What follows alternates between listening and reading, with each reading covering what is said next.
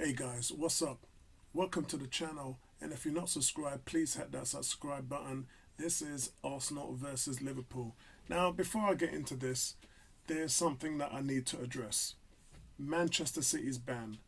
Now, this was a team, guys, that got caught. Yeah, it's not like they didn't do anything and they're not guilty. They got caught. German magazine Der Spiegel caught them in an investigation where they had internal emails showing that they had lied and misled UEFA in their investigations.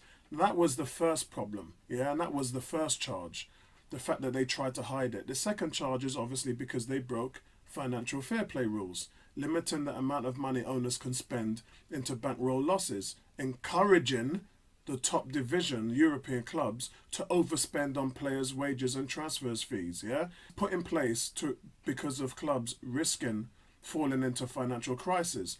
So the rules are that clubs have to spend within their means. It's quite clear Sheikh Mansour fudged these figures in order for him to spend as much as he likes. But we already knew that that was going on. Arsene Wenger talked about that ages ago, years ago. But nobody had proof. And the proof was found in these emails. So therefore, they're guilty. Guilty on two charges. So what happens now with the appeal process? Behind closed doors means with the amount of money, it's like getting stopped with a parking ticket, yeah? Or getting stopped for speeding. And then you're guilty because you sped. Yeah, you went over the speed limit, you're guilty. And then when the court day comes, or when the officer's writing out the ticket, you say, well, officer, you've got your ticket in this hand.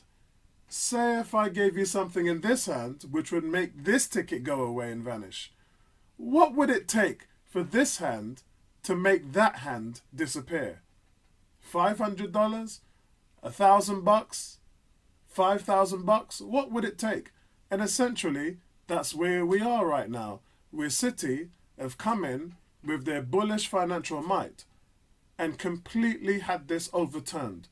Now, it's shocking for football, and quite frankly, it shows that the richest clubs can get away with anything because it will cripple the club. And we've seen clubs go down, yeah? We've seen clubs get a points deduction.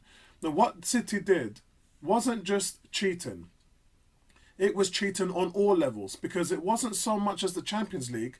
If you have fudged the figures, that means your Premier League status is in doubt because you fudged fair play rules, which allows you to spend more on wages, more on transfer fees, which affects your league position, not just the Champions League.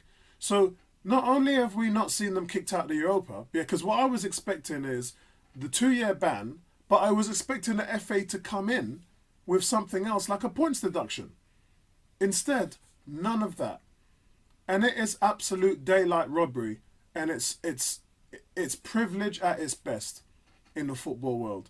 And it's a disgrace because they will carry on, they've got away with it, and they'll carry on doing what they do. Yeah, and whoever got paid off for this to turn a blind eye, you should feel ashamed of yourself. It is utterly disgusting what has happened in football over the last few days, and quite frankly, I'm at a loss with it. And this is the reason why you see people falling out of love with the game, because by all accounts, it's doping, yeah, at the highest level, and no one can do anything about it. You've already thrown the book at them. You've already given them a sentence. This wasn't something that needed to be talked about. The sentence was already dropped. That 2-year ban was in effect. It wasn't like they were thinking about it or, you know what, we'll see what happens at the appeal hearing before we make our decision. No, they already made their decision. The ban was in effect. That was it. Especially for the team that's finished fifth, whether it's Leicester, whether it's Man United, whether it's Chelsea, you have just been robbed of a Champions League place. You've just been robbed at the upper echelon of £30 million to represent your club in the highest level of football in Europe. Because a team has cheated their way out of being banned for breaking the law twice. For breaking the rules, not just once, but twice. But anyway, look, I'm done with that. Let's talk about Arsenal and Liverpool now. Let's talk about two clubs who've been doing things the right way. Yeah? They meet tonight and they meet up in a situation where, quite frankly, no club has really got anything to play for. I know Arsenal are trying to get in that top 6 place for a Europa Cup, but quite frankly, Arsenal are in 9th place right now, tied with Burnley, by the way, on 50 points. And the nearest team below them is Everton on 45 points.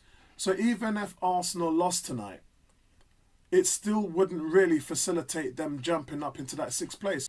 Remember, guys, that 6th place position belongs to Wolves with 55 points. 5 points more than us, yeah? And there's only 3 games to play. So if you lose today, your only chance is to get a straight 6 points in the last 2 games and hope that Wolves can only draw. It's not impossible, it's not improbable, but there's no chance of it happening, considering the form that they're in. Yes, they lost to us, but they're pretty much rolling over every team. So look into this match. This is not really a match at all. Liverpool have won the championship. They're champions. Congratulations to them. And Arsenal, quite frankly, as I said, in the London derby, North London derby, the loser of that game, which I said will absolutely drop out and won't stand any chance of getting into Europe whatsoever. Unfortunately, that team is Arsenal. And our season, quite frankly, is done. Whatever happens in this game tonight has absolutely no reflection on how the season will shape up. Yeah, sure, if Arsenal win tonight, that means they can maximise the rest of their season and go 9 points. But then, as I said, you're still depending on the likes of Sheffield on 54 points and Wolves on 55 points to not do the same. And they've got an easier run-in than we have. I don't think it's possible. So, overall, guys, Ozil's going to be assessed. And again, don't really care because he shouldn't play any part in the team and neither should Guendouzi. Those issues that have been going on internally shouldn't interfere with what the team are doing on the pitch. You've got a squad who's committed. You've got a squad who you feel is the right team for your formation. It's 3-4-3, and that's really what you should be going in. You should be playing the hot hand, and any distractions outside of the team should be left on the sideways. So whatever issues you've got with Ozil or Guendouzi, leave it alone and deal with it in the off-season. Liverpool have been drunk with their league title status. Hiccup against Burnley, they're just in a process of enjoying being champions. So whatever you expect from them, sometimes they might turn it on, sometimes they might not. But it doesn't really matter, and it doesn't care to the result. This, quite frankly, guys, is a nothing game to me.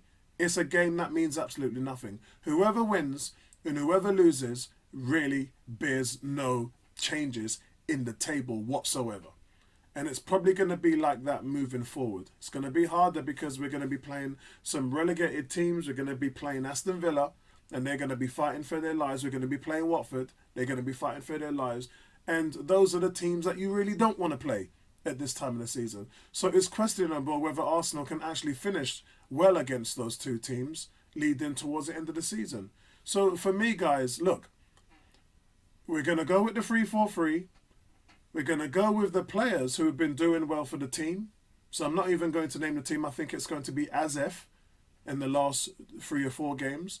Maybe Pepe might get a start. Maybe Saka might get a start. Kieran Tierney, again, has been playing well. Cedric Soares, I think, should play more. Because what you've done, you're kind of moving him into that position that Maitland-Niles has had, as well as Bellerin. And Maitland-Niles has come out today and said, look, I've seen what's happening now. I've played a lot of football when Emery and Wenger was here. Under Arteta, I haven't played that much. So I'm going to hand in a transfer fee and play for a club who wants to play me at that level. And good luck to him. I think he's been a solid player this season. I think he hasn't done a lot wrong, and I think he's done a lot right in terms of progressing. And I think he'll turn out to be one hell of a player. Remember, guys, he's second on the team in dribbles behind Pepe. That's got to tell you something for a wing-back, which is pretty good news. That means you've got a player who knows how to go past players and who knows how to progress in that position. And I hope he does well in his future. But for me, guys, that's pretty much it, man. I'll see you guys tonight. We'll talk about the Liverpool show. So we're going to be on probably about 10:15 tonight because the game is going to finish around 10. So that's it. I'll see you then. And then we'll talk about the Liverpool-Arsenal game. I think it's going to be a Liverpool 2-0 win. But then let's see what happens on the day. Speak to you guys later, man. Peace out.